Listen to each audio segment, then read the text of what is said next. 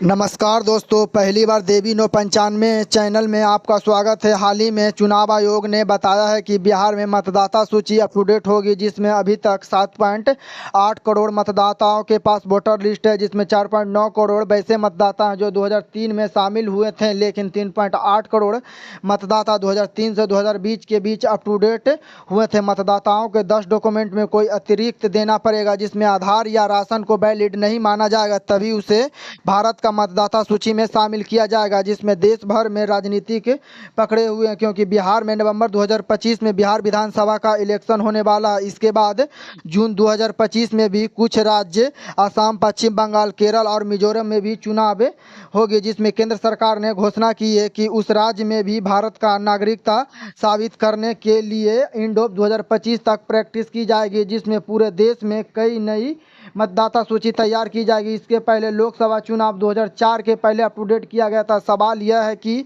अचानक सरकार ने 20 से 22 साल बाद क्यों कर रही है, तो चलिए जानते हैं। 2003 के बाद पंजीकृत लोगों को अपनी नागरिकता इसलिए साबित करनी पड़ेगी क्योंकि 2003 के बाद बिहार में अभी तक इंटेंशन रिवीजन 2003 में हुआ था, जबकि इसके बाद नहीं हुआ था, इसलिए अब तक किया जा रहा है। यह सिर्फ बिहार के लिए नहीं है, यह अभी सभी राज्य एवं केंद्र शासित प्रदेशों के लिए भी किया जाएगा। निर्वाचन आयोग ने संसद और विधानसभा चुनाव के लिए मतदाता सूची तैयार करने के लिए संचालन एवं निरीक्षण और नियंत्रण करे, जिससे साबित हो पाए कि अगर नहीं हो पाए तो उसे भारत का नागरिक नहीं मानी जाएगी और मतदाता सूची से बाहर किया जाएगा। यह नियम 1960 के अनुसार होगा, जो 1952 से 2004 के बीच अब तक बिहार में 13 बार शक्ति मतदाता सूची को प्रयोग किया गया है। भारत सरकार ने फैसला लिया है कि दोबारा मतदाता सूची सुनिश्चित करे। इसके लिए बिहार राज्य में पहले शुरू किया गया, क्योंकि पिछले 2 दशकों में बड़े पैमाने पर मतदाता सूची का नाम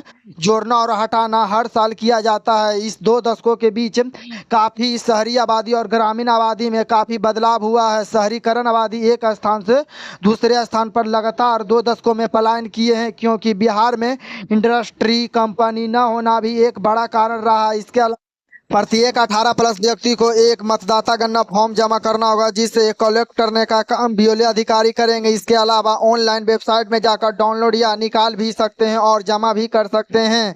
1 जनवरी 2003 के बाद 3 करोड़ जो मतदाता सूची में शामिल हुए उनको भारतीय नागरिकता होने के लिए पूर्ण रूप से प्रमाणित देना होगा कि जो 1 जनवरी 2003 के पहले के लोगों को कोई डॉक्यूमेंट देने का जरूरत नहीं हो।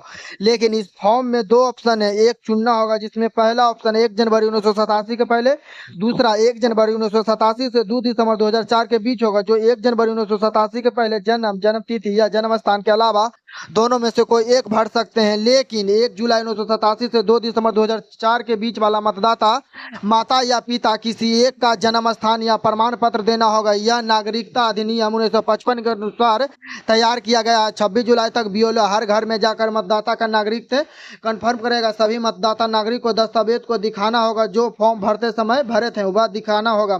इसके अलावा कुछ और डॉक्यूमेंट मांगे तो वह भी आपको देना पड़ेगा, जिससे आपको यह साबित कर सके कि यह भारत का नागरिक है या नहीं। भारत सरकार के संस्थान निर्वाचन आयोग का भी यह नियम है, इसके अपात्र व्यक्ति शामिल न हो और अवैध वोट भारत में न डाले, प्रदृष्टि से देख सके। यह अधिकार सिर्फ चुनाव अधिकारी के पास गोपनीय रहेगा। अगर आपको इसमें आपत्ति या नाम हट रहा है तो आप ईआरओ के आदेश के अनुसार खिलाफ जिला मजिस्ट्रेट और मुख्य चुनाव आयोग को अपील कर सकते हैं। जिनका मतदाताओं का गणना फॉर्म 25 जुलाई तक प्राप्त नहीं होगा, उन्हें मतदाता सूची से हटा दिया जाएगा और वह भारत का मतदाता सूची में शामिल नहीं होगा और उसे वोट देने का अधिकार भी छीन लिया जाएगा। अगर इससे आपको दिक्कत है तो 1 अगस्त से लेकर 1 सितंबर तक चुनौती दे सकते हैं बीएलओ अधिकारी और चुनाव आयोग को। निर्वाचन आयोग ने मतदाता सूची को 30 सितंबर को प्रकाशित कर देगी।